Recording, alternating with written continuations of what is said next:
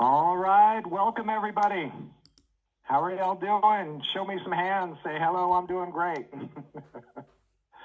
Wonderful, good to have you all here. I'm your host, Gil McKiss, and many of you know me. We've been working one-on-one for a long time. Some of you, I might be new to you. And, well, good, nice to meet you. Welcome here. We've covered a little bit of ground so far. We've covered a framework, the formula for anyone to accomplish anything faster and easier. And last week we were introducing and inviting people to find their limiting beliefs. Limiting beliefs aren't just a deep fireworks show of, oh my gosh, that's what my limiting belief is. Limiting beliefs are the constant little things that are right in front of my face on a regular basis that I don't even consider to be limiting beliefs. But remember this, a limiting belief is anything that you believe that limits you in any way whatsoever. Yeah? And they're all true. All limiting beliefs are true. So I would hope at this point you've had a little bit of time to start making a list of what your limiting beliefs are. And I know limiting beliefs is such a buzzword in personal development. You need to find and clear your limiting beliefs, and it's all over the place, right? But I think we're going to get frustrated with the subject if we haven't found a permanent solution. That's where we're going with our conversations. Last week, what are my limiting beliefs? Let's make a list of those. I hope that all of you have done a lot of that, made a list. It frustrates me when, it disappoints me when, I don't like. Anything that begins with I don't, I can't, I'm not, I won't. This is how we're going to find our limiting beliefs. Another way to find it, someone had asked in the chat last week, what's a tool that I can use to find my limiting beliefs? And I just had a quick mention before the chat was shut down to follow the emotion. Yeah? The language of your limiting beliefs is any form of negative emotion. Do any of you ever experience stress? No, of course not, right? Do any of you ever experience overwhelm or frustration? Never, not me. Any form of negative emotion. There's two kinds of negative emotion. There's one that's situational, and this is more of a reaction to a situation. Something bad happens, and we have this reaction. Our nervous system kicks in. The other one is habitual. Habitual negative emotion. I'm always so stressed. I'm always so frustrated. I mean, this is how people know me, right?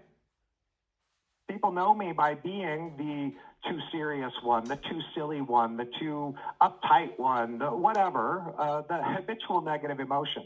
This is a way to find your limiting beliefs. If you find any habitual negative emotion in your life, if you want to find your limiting beliefs, just ask yourself, how do I justify that negative emotion? What's my justification for my stress, for my anger, for my overwhelm? And what you're finding is a subconscious contract that you've signed. That's what you found. So when somebody ghosts me, it really angers me. There's your contract, right? In the future, I'm calling this person up, or they said they were going to meet me here. They didn't show up. Oh, I'm so frustrated. This is not a response. This is not a conscious choice that you're making. This is an emotional reaction. It's a reflex, yeah? But we've talked about the chemistry that's associated. The chemistry, every single negative emotion you ever experience is a combination of two things. One, stress hormones. You cannot have a negative emotion without stress hormones. The combination, it's a cocktail. There's a little bit of adrenaline. There's a little bit of cortisol. There's a little bit of norepinephrine. There's a combination. There's a cocktail. And this cocktail of stress hormones is produced based on the severity of the threat. Yeah? If you're on the verge of divorce and it's ugly, you're having a completely different type of stress reaction than if somebody no-shows you, right? If you're really struggling financially and you get another bill in the mail. It's a different experience than somebody who's not struggling emotionally and gets a bill in the mail, right? So remember this, it's never the fact that causes you the suffering. It's never the situation that causes you the suffering. It's always your interpretation of it. Thanks for the hearts, Carla. It's always your interpretation of it. Yeah? So what do I think about it? What do I think about this situation? What's my point of view? What's my perspective? It's bad because there's my limiting belief. Everybody's right from their point of view. So like I mentioned, we're going to be talking about how to clear limiting beliefs permanently. How many, by a show of hands, want to have a permanent solution to limiting beliefs? Yeah? Permanently. Let me share this. I'm not going to spend too much time on this, but the worst event I have ever had in my life came from a divorce. Yeah? Anybody that's been through it probably has an idea of what I'm talking about here. Yeah? The worst event I've ever had in my life came from a divorce. If we had the time, I would be happy to tell you how much amazing good came from that divorce, if we had the time. Yeah? I don't have a limiting belief associated with that divorce, right? This is how you know there's a permanent clearing. It's not just that you don't get triggered by the subject anymore. It's that you have a positive point of view pertaining to the limiting belief, a valuable point of view. And finding that valuable point of view is more of what we're going to be focusing on next week. Today, we're going to be talking about the first part, which is usually where most personal development coaches stop. So I'm here to say we're going to go further, but it'll be next week. Today, we're going to be addressing what pretty much everybody is addressing in the industry of personal development, is the emotional intelligence. Today is about emotional intelligence. My definition is a practical definition. It's not necessarily a dictionary definition or an academic definition, but a practical definition of emotional intelligence, you're welcome to write this down if you want to, is your capacity to skillfully choose your emotions by realizing their outcome in advance. Your capacity to skillfully choose your emotions by realizing the outcome in advance. That's emotional intelligence. So intelligence is, I'm not going to go this way, I'm going to go that way because I know what's good down here, right? I'm not going to do this anymore. I've learned my lesson, right? Intelligence says, I'm going to change now. So emotional intelligence is, I'm going to change my emotional state now. How many of you consider your emotions to be a choice? I mean, I think intellectually, we would, all of us say I, right? But in practical everydayness, if your emotional state is your choice, why would you ever be in a bad mood? Why would you ever be stressed or frustrated or disappointed or angry if your emotional state is your choice? Well,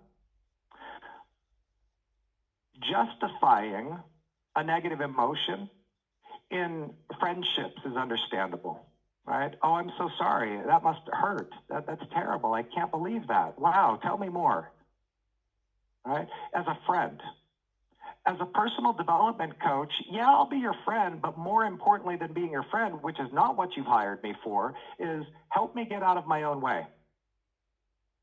You know, help me get out of my own way. And here's where I'm going to say, do you want to continue feeling like this? Yes or no? You don't want to continue feeling like this, okay. So let's change the way you're feeling, right? And a lot of people need permission or guidance through this because you're always right from your point of view. So everybody catch that one. You just heard it. If you've never heard it before, you've heard it now. Your personal development coach, Gil McKiv, he said, I'm always right. Go tell your friends and family, I'm always right. You are always right from your point of view. The challenge to this is so too is everybody else. Everybody else is always right from their point of view, and this is why we have arguments. Yeah? Because if you tell me I'm wrong, I'm going to get defensive. No, I'm right. You're wrong. They get defensive. So emotional intelligence is huge. It's the first part of clearing a limiting belief. By the way, we're going to spend a total of about 22 minutes in elaboration, and we're going to leave about 8 minutes at the end for Q&A. So if you've got questions, put them in the chat, and I think Chili is going to help me facilitate that at the end, a little bit of Q&A at the end. But the beginning here, the focus, the shareable deliverable here is emotional intelligence. I want you to think of a limiting belief like an electric fence. You don't go touch the electric fence. If you do, you're going to get shocked. Yeah? Now, this limiting belief is not something you're going to destroy. What you want to do is, I want to turn this fence, this electric fence, into a gate. If you're going to turn an electric fence into a gate, what's the first thing you're going to do? I wish I could read lips better because I see several of you answering, but you're going to turn the power off. That's what you're going to do, right? If you want to turn this electric fence into a gate, turn the power off first. Yeah? So consider the limiting belief is an electric fence. We want to turn the power off first, right? But the limiting belief also has biology. It's called the neural pathway. There's a biology of the belief, and that biology is very much like a circuit. So instead of changing the fence into a gate, it's like the circuit is wired to the fan, and we want to wire it to the light bulb, right? The fan is pain, the light bulb is pleasure. We're going to talk more about that next week. But before we go and rewire the neural pathway, before we go and actually clear the neural biology, we need to turn the power off, right? So if the language of limiting beliefs is a negative emotion, what we're wanting to do is change the negative emotion. So I'm working with a client. They're really upset, obviously, and I'm ready to jump straight to solutions because I'm not here to be their best friend. I'm here to be their coach, what they're paying me for. So I'm going to say, do you want to continue feeling like this? All of you right now, think of one scenario in your mind that frustrates you or stresses you. Yeah? Are you justified in your stress or frustration? Of course you are, right? You're not choosing to be just frustrated or stressed willy-nilly. Yeah? But if you are feeling that way, would you be more resourceful in making change if you weren't feeling that way? Another way to say that is being frustrated going to change what you're frustrated about? No. Is being angry going to change what you're angry about? No. Is being disappointed, is being any negative emotion going to change what you're having the negative emotion about? No. This is your nervous system saying, run, fight, right? Run, fight, problem solving at an animal instinct level. Yeah. There may be scenarios where you need this animal instinct level, right? You're in physical danger, you need to fight, you need to run. Yeah, I got it. But how much physical danger are you in network marketing? Somebody no-shows you. Are you in danger, right? Somebody said they were going to sign up today, and they ghosted me. Where are they, right? 2 people I signed up last week dropped out. What? Oh, I was just about to hit my rank. I needed those people. Is my frustration going to help? No, it just takes me down. So somebody's upset. What are you feeling? Name it. Here's your formula. I'm going to give it to you right now, short and simple, and then we're going to elaborate it. Name it. Name the emotion. Step 1. Step 2, rate it. When I'm walking a client through this and rating it, there's a few different ways I'm going to look at it. First, I'm going to say calibrate it. 1 to 10, how strong is that emotion? So I'm naming it frustration. I'm experiencing frustration. Calibrating it on a scale of 1 to 10, it's about a 7. It's really strong right now. It's not maximum, but it's pretty strong, 7. But also in my rating it, I'm going to say, I know it doesn't have a color, but if it did, what color would it be? This frustration. And it doesn't matter what color somebody says. Doesn't matter. Just whatever comes to mind. That color is going to be useful. But how strong is it, 1 to 10? If it had a color, what color would it be? And where do you feel it in your body? This is rating it. This is important because we're going to use this information in step 3. Step 3 is use a metaphor. Or many of you know the term clearing technique. By a show of high fives or hands in the air, how many of you are familiar already with clearing techniques? No? Clearing techniques. You might have heard of tapping is a very, very popular clearing technique. Tapping is, there's meridians on the body, and I'm going to tap on these spots while I'm doing this affirmation. Even though I've carried this frustration for so long, I completely love and accept myself. And then there's this routine, and we tap on all these different spots to help release the emotion. This is a clearing technique. Many of you may have heard of NLP, neuro-linguistic programming. Tony Robbins, his emphasis way back in the beginning of his career was hugely influenced by his background in NLP. He was using neuro-linguistic programming strategy and techniques. But there's a lot of different techniques in NLP to clear my emotional state. Yeah, there's so many different modalities. Ho'oponopono is a modality. But here's how I'm feeling, and I've named it, and I've rated it. Now I'm going into a clearing technique. The clearing technique can be any kind of metaphor you want. Right? Right now, do not think of the color red. Red just came to your mind immediately, right? Do not think about a sparkling sidewalk, right? A sparkling sidewalk comes to your mind. Your subconscious doesn't argue here, right? Have you ever in your life seen an alligator that had an infant baby smiling on its back? Have you ever seen this? Your conscious mind says, no, I don't think I've ever seen that. But your subconscious mind said, alligator, smiling baby sitting on his back.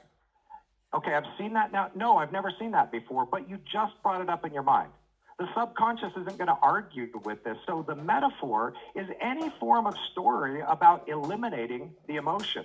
So we can imagine we're going to shoot this emotion, this frustration, on a scale of 1 to 7. I'm going to shoot it out into space, right, in my rocket launcher.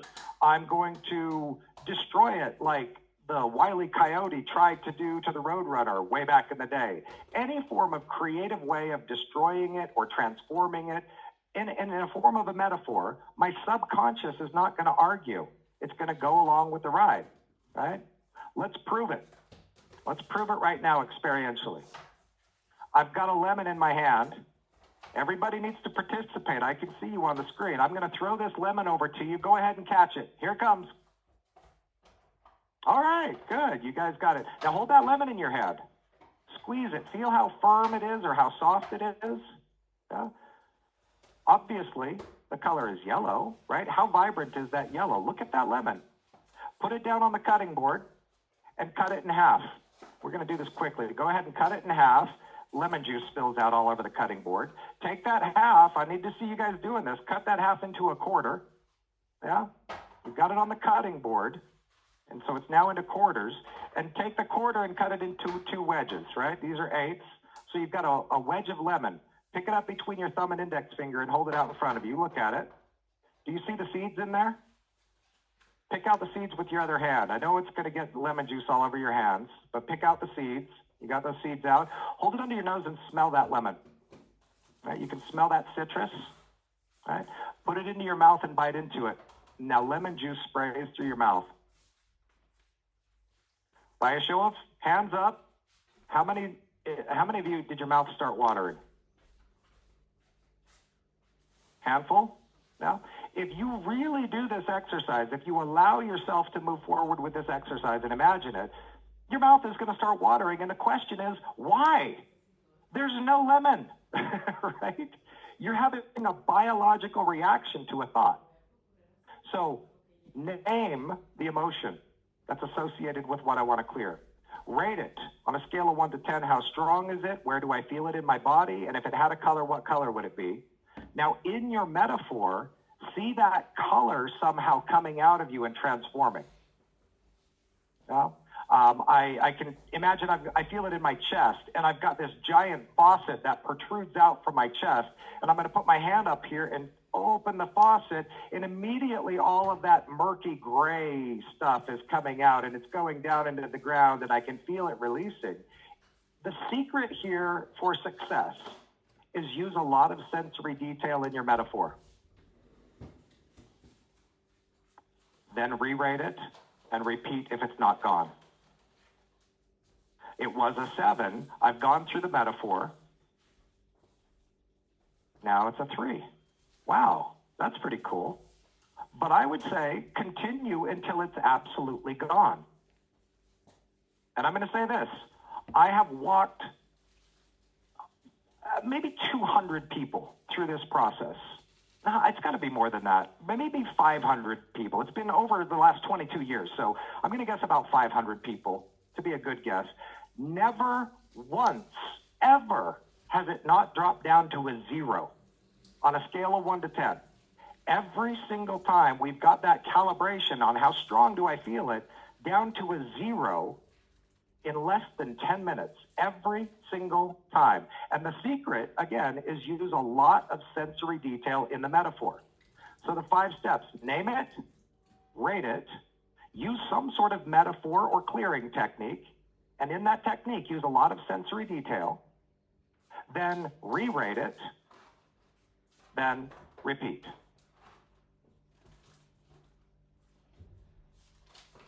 If it's not gone. There are so many different ways we could talk about clearing your emotion. In the moment, and I know we're at our 8 minutes right now left, I want to say one other thing. If you're having an extreme moment right now, and you want to change your state right now, 30-second breath. Try this. Don't believe me, try this.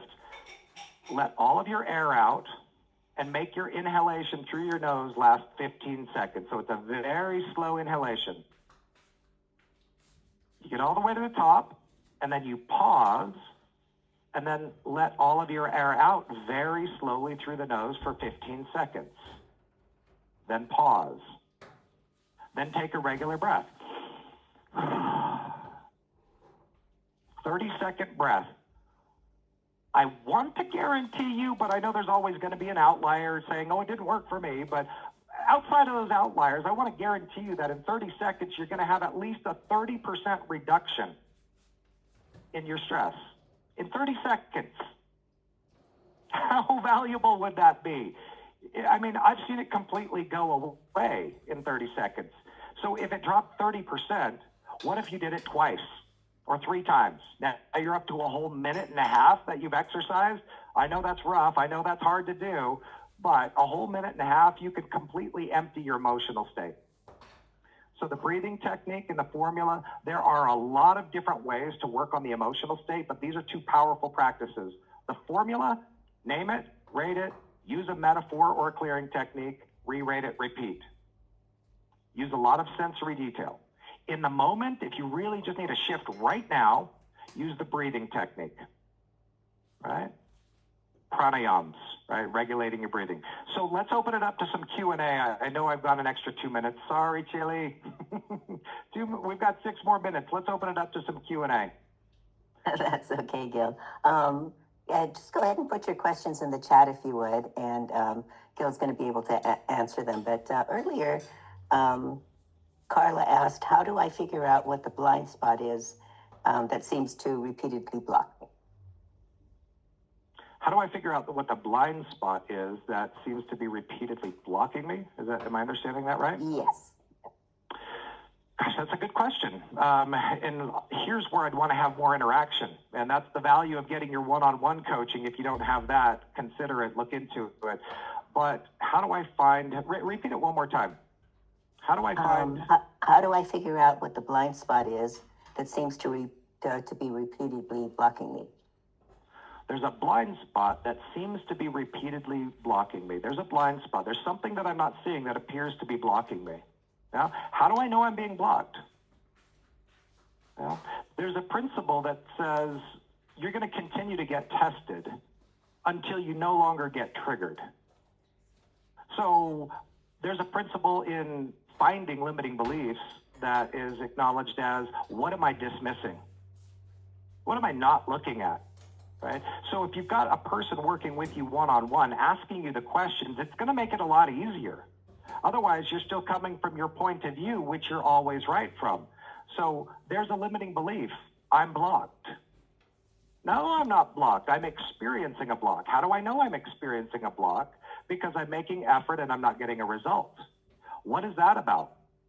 Right? So in conversation and looking at it, follow the emotions, but you'll continue to get tested until you no longer get triggered. This means if you're having a reaction, maybe the opportunity is teaching you how to respond. Maybe this is the lesson that you need to finally learn so you no longer react. Right? What's the value and the benefit of this? We're going to talk more about the value and the benefit next week. But I would need more one-on-one specifics with you to help give you a better answer, but generically, I hope that helps.